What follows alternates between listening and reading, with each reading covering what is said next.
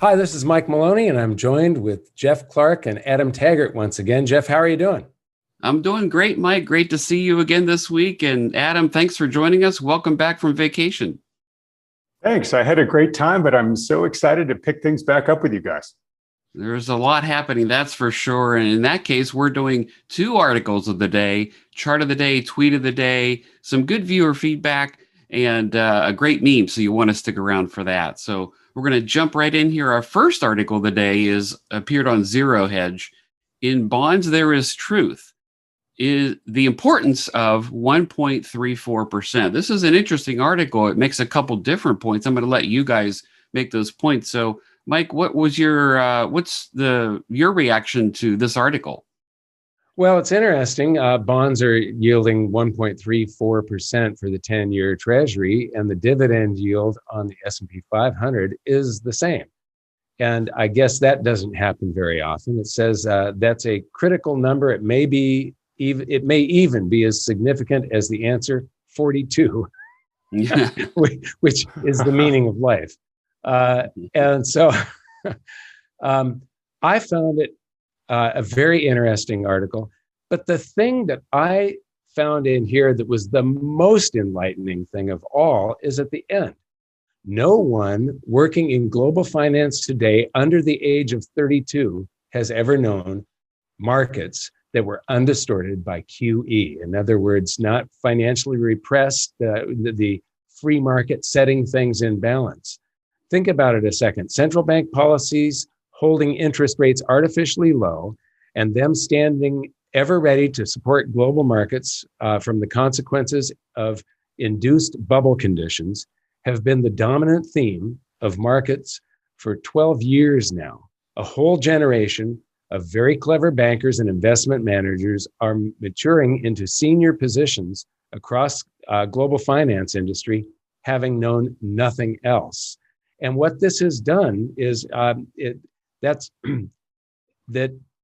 it says, well, I'm just going to read a little bit more of this. It amazes me in our own internal discussions how the divide between we few surviving old fogies, that's like me, I'm in my mid 60s, who remember free market currency crashes, bond market collapses, equity tumbles, and the younger financiers who can just accept the distortions caused by central banks to avoid these events as a factor to include in their market expectations. Anyone over 40 is a bear, convinced that the markets are unsustainable, while the younger generation is far more accepting of distortions as a permanent market reality. And to me, the market ultimately wins. You can't make you can make them go on and on and on. And the under 40 crowd that is convinced that this will just go forever because the Fed will always come in for the rescue, they'll allow this, they'll help support the distortion and the warping of the economy. And when something gets, one portion of the economy gets out of balance, the more out of balance it becomes, the worse the pain is when it snaps back into equilibrium. Adam, what do you think? Well, I think that's absolutely the case. And I just think of that expression, born on third base and thought you hit a triple.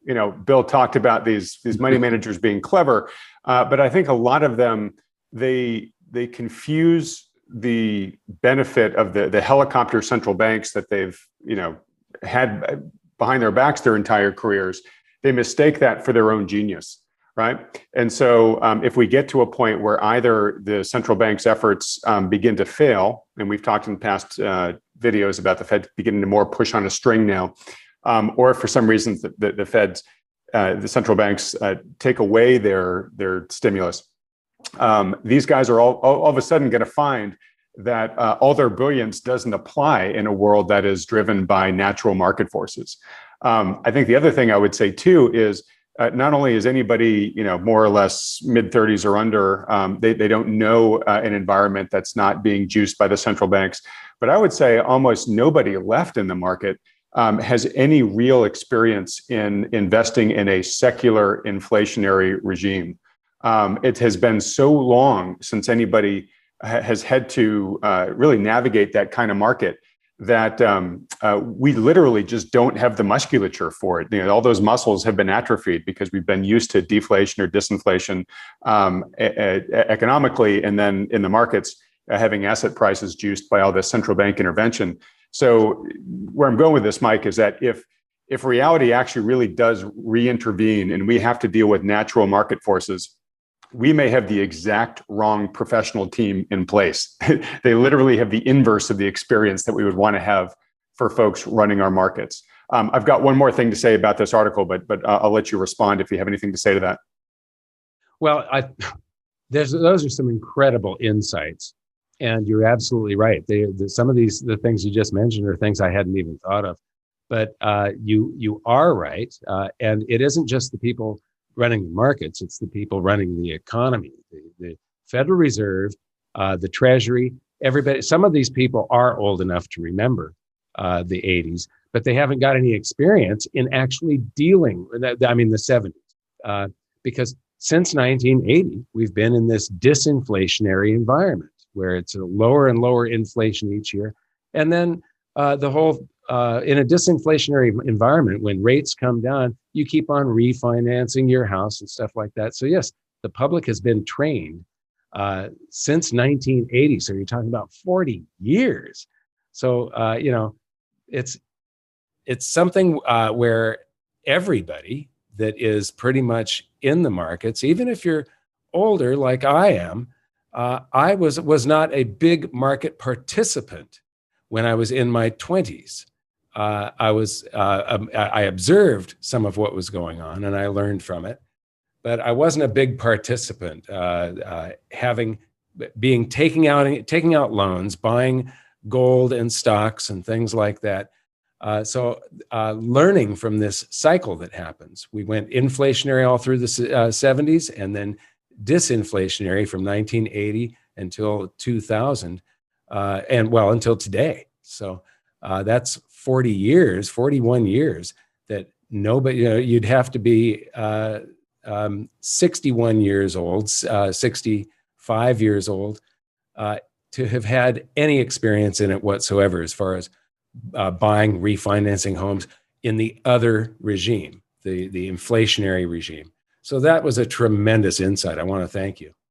Oh, no worries. Well, look, let me just mention the other thing that really caught my eye in this article. So, basically, as I read it, Bill is saying, look, over the arc of history, the markets have returned, the majority of their returns to investors have been in dividends, not in stock price appreciation. And once the dividend yield gets as low as the US 10-year Treasury, which is known as the risk-free rate, then it becomes much more relatively attractive to own bonds than it does stocks because you get the same yield, but you get a ton more safety, right? And I want to compare that observation with something that Lynn Alden said in my interview with her last week, which is she said, when bond yields are this low and inflation is now this high, negative rates are very, very low. And therefore, it becomes much more attractive to own gold relative to treasuries, right? So we have this, kind of breadcrumb going here where it's now much more safe to own bonds than stocks, and you get similar yields. When you have negative real rates this low, the fact that gold doesn't have quote unquote a yield actually is now an advantage when you have a negative yield market. So her point was, there's over 200 trillion in the global bond and equities market. And when you really look at the gold market and the amount of investable gold, that's not held by central banks or not held in jewelry form, you're talking about low single digit trillions. So even if just a couple percentage of the capital that's in the bond market and the equity market now come over into gold for the reasons that I just mentioned, you're just going to get this massive price explosion. So, I just double, triple, quadruple. Yes. Yeah, exactly. So I just thought gold contributed an important part of that puzzle. The bonds at this rate, though, aren't risk-free returns. They're return-free risk. Yeah, exactly. Because there is risk in bonds when a government that's issuing them is in the shape that we're in. Yeah, and you talked about that magic of the 1.34%. The 10-year actually has dropped since that article came out. It's now in like 1.28 or something like that. And the latest CPI print was about 5%, right? So, 1.34 minus 5% is a very deeply negative real return that we haven't seen for a long time. And that is very gold positive. Yeah. Very gold positive. Don't sell your gold and buy more if you don't have enough. So, well, on to our next article. This appeared on CNBC. As stimulus check petition hits 2.5 million signatures, Americans ask, will there be a fourth payment? So this is actually a petition that's been going around the country from change.org, calling for payments of $2,000 per month to Americans. And there's now over 2.5 million signatures calling for that. To be clear, the government's not said there will be a fourth stimulus payment, but they are asking for another one. So, Mike, what's your reaction to this? Well, my reaction is that the people that are running the system don't understand fundamental economics. Purchasing power, value, does not come out of thin air. You can't stick a straw into outer space and suck in value. That just doesn't happen. And so to create currency and then send that currency to everybody is theft. And it is a wealth transfer. Hopefully it's a wealth transfer that sort of counterbalances the wealth transfer that's going on by the currency that's created that ends up in the stock market, which is seems to be where most of the currency that is created goes these days. But the other thing is seeing everybody wanting free stuff from the government. This is very, very dangerous. There's a quote that we used in the very first video, or the second one that we did with Adam. A democracy cannot exist as a permanent form of government.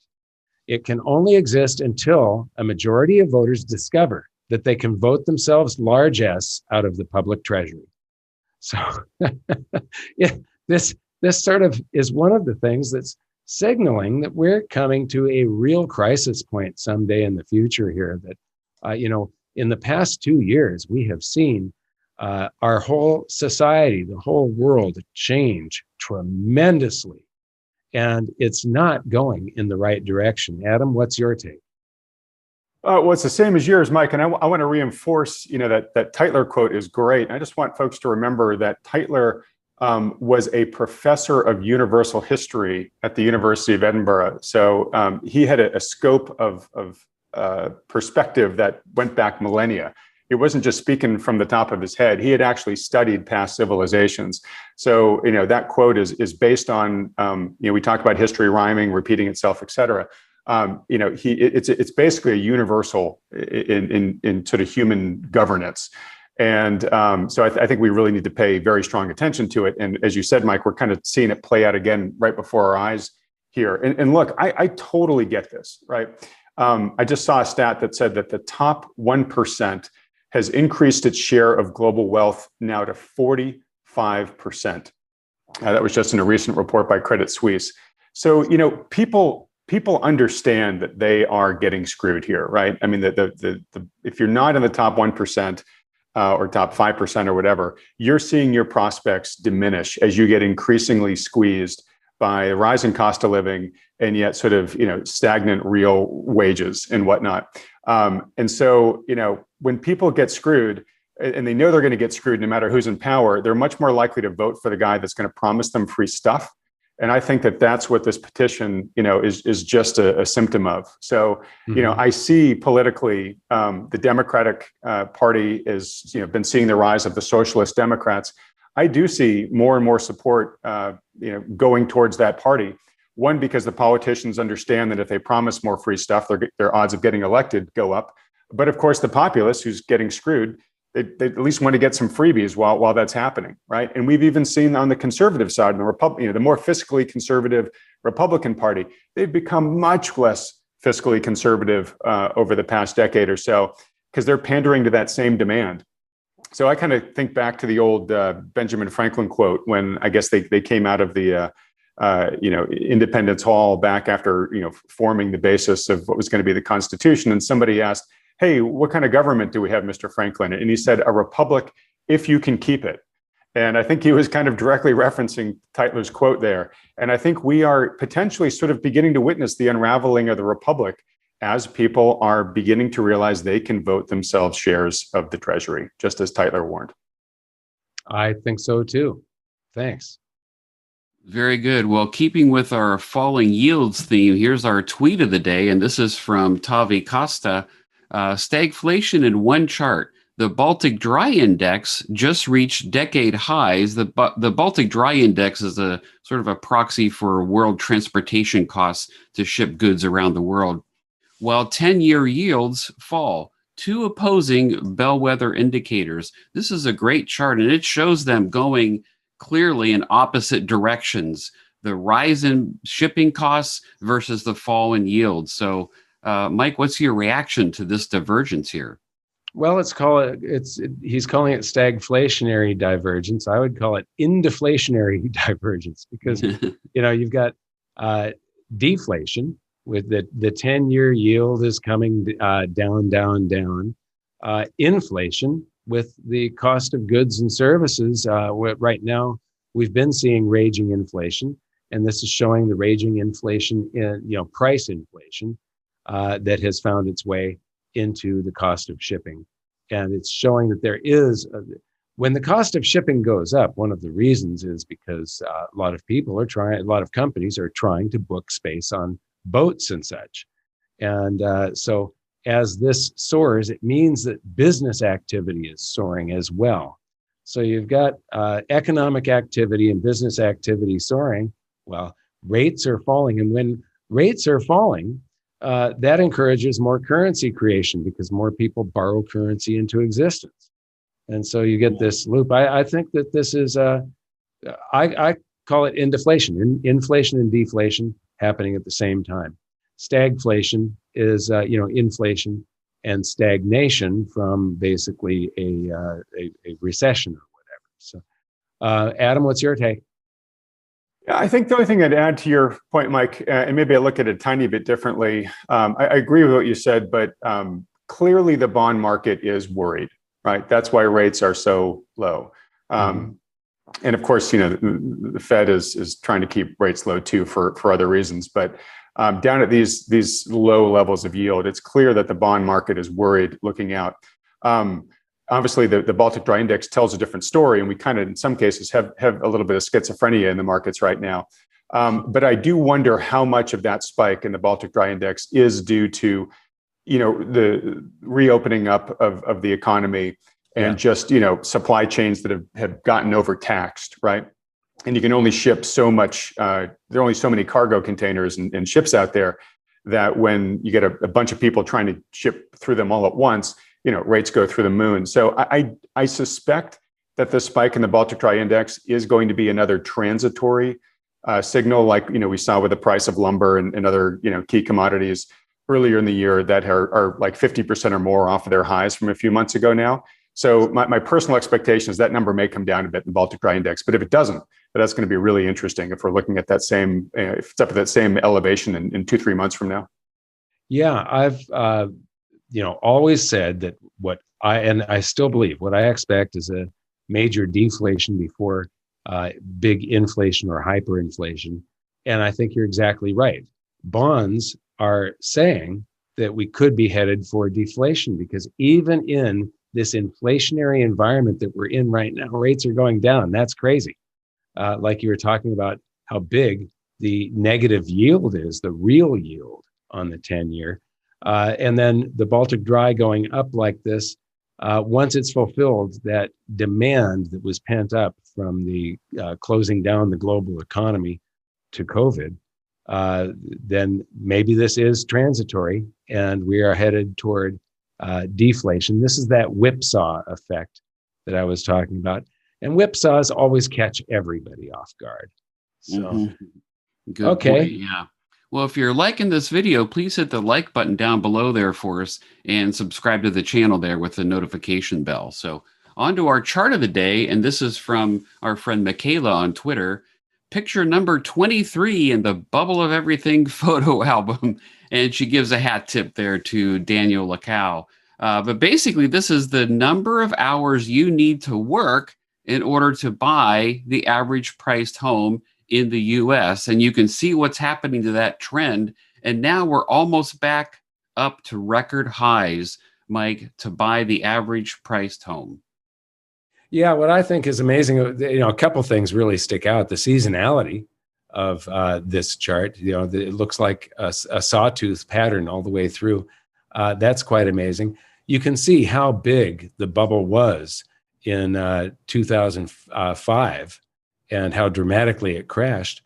But it's got a median drawn across here, and that median is at 280 weeks of 280.4. And so, we're up at 406.4 right now. So we're so far above the median. But that median, this chart only goes back to about 1967. And it's too bad that this doesn't go back further, because I think that median would actually be just a little bit lower than this. Things have been crazy since the mid 90s, really. That's, real estate, after the stock market crashed in 2000. So you need to look at this chart and see where the year 2000 is. We were in the middle of the NASDAQ bubble. There was this huge thing. And then the bubble went over toward real estate. So the economy was basically already pumped into a tremendous bubble after about 95 or 96. If you lopped off that extreme bubble that happens from about 2001 through 2006, and the bubble that we're in now, if you lopped those off and put a median across it, the median would probably be somewhere around 250 or 260, something like that, maybe even lower. And so we're really, close to double the amount of work hours required to purchase a home. And this is one of the best ways to measure absolute value, whether or not something is in a bubble or not. Adam, what's your take?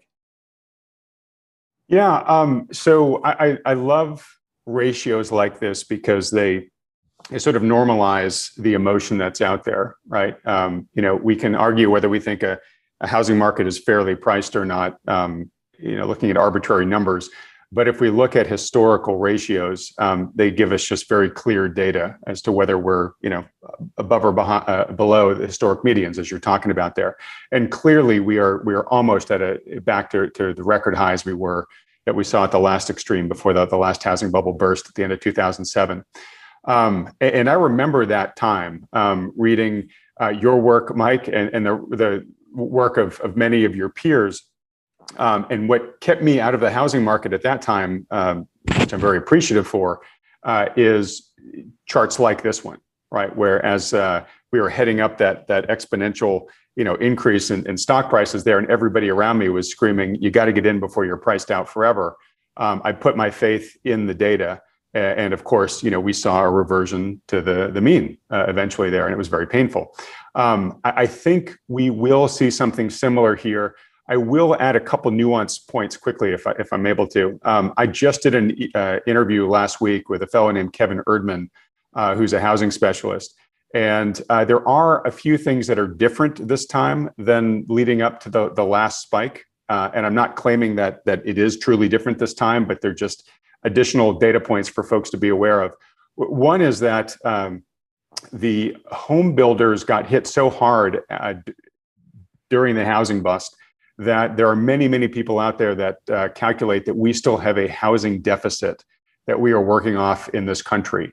And so there is a supply shortage that's really the foundation of why housing is as high as it is right now. All the stimulus that's been flowing into the markets and everything else, record low interest rates, all that stuff, that is also playing an important role. But there is a fundamental shortage in inventory that Kevin and a number of other experts calculate that are keeping things elevated. Secondly, boomers are not downsizing or selling their homes if they do downsize as people were forecasting. They thought the boomers were going to age and they were all going to get condos and sell their big homes. What's happening is they're either not downsizing or they're moving to a smaller place, but they're keeping their older place, maybe renting it out. And they're doing so because they're treating it like a stock. it's appreciated so much over the past 10 years that they don't want to sell it. They're thinking that I can get a better, than market return if I hold on to this house. And that is leading to lower inventory as well of houses to be sold. So I don't think that dynamic is going to change until there's a market correction that reduces the wealth effect.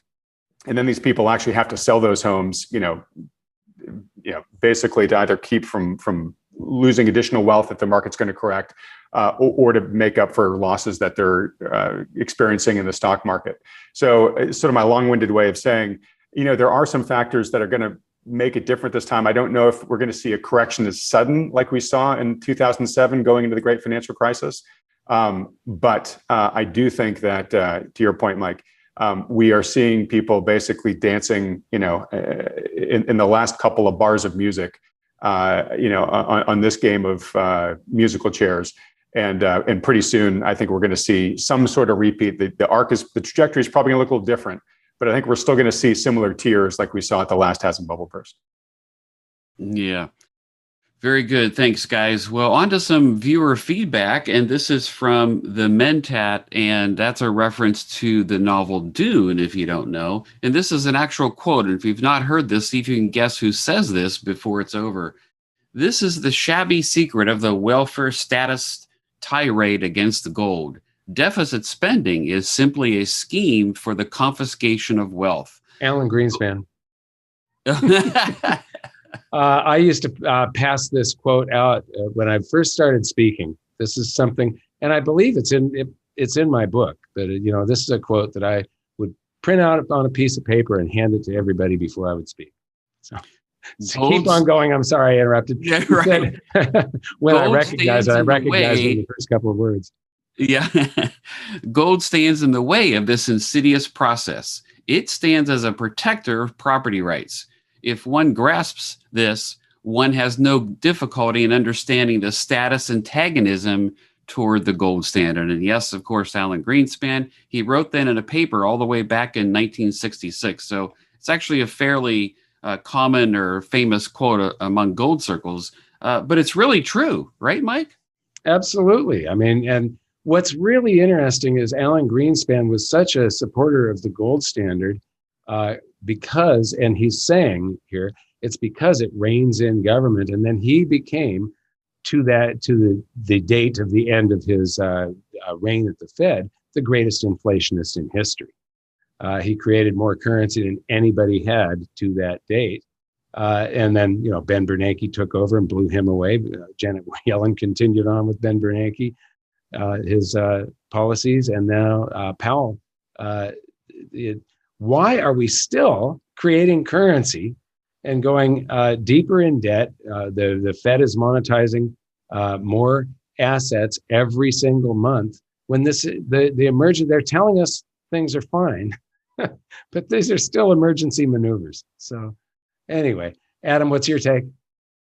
I just think it's a reflection on sort of the Borg-like powers of the deep state, or whatever you want to call it, but the kind of amorphous, eternal, cabal that sort of runs our government, where we see people coming in who have, one set of very strong opinions, maybe opinions that we really, resonate with us. They then go into the Borg political machine and they just metastasize to become just like everybody else in the machine. And then sadly, usually, when it's their time to leave, either it's in their farewell speech or in the book they write afterwards, they tend to warn and rail against all about the things that they were doing before they went in. And Greenspan's been guilty of that too. Not only did he write really gold positive, missives like the one that Jeff just read beforehand, but he's done so afterwards as well. And you wonder, why can't you fight for this when you're actually in office, right? So it's just a really sad reflection on, the individual's inability to really change the political machine that we have in place right now. Yeah. They may learn the hard way. That's what me thinks. So, on to our meme of the day. But first, if you've not read Mike's book, again, you can do so for free. The link's below. And you've heard some of the great guests that Adam has had on his Wealthion channel. So the link is below. So go ahead and subscribe to that and check out all the people he's interviewing. So Well, Mike, share this meme with us today. So this is a great meme, and it is from Edward R. Murrow, who was a television host back in the 50s, and he was brilliant. And this is basically what has been happening over the past couple of years, but it's a warning for the future. A nation of sheep will beget a government of wolves. And this is true. I want to thank everybody for watching. Jeff, we'll see you next time. Thanks, Adam. Thanks, guys. See you next time.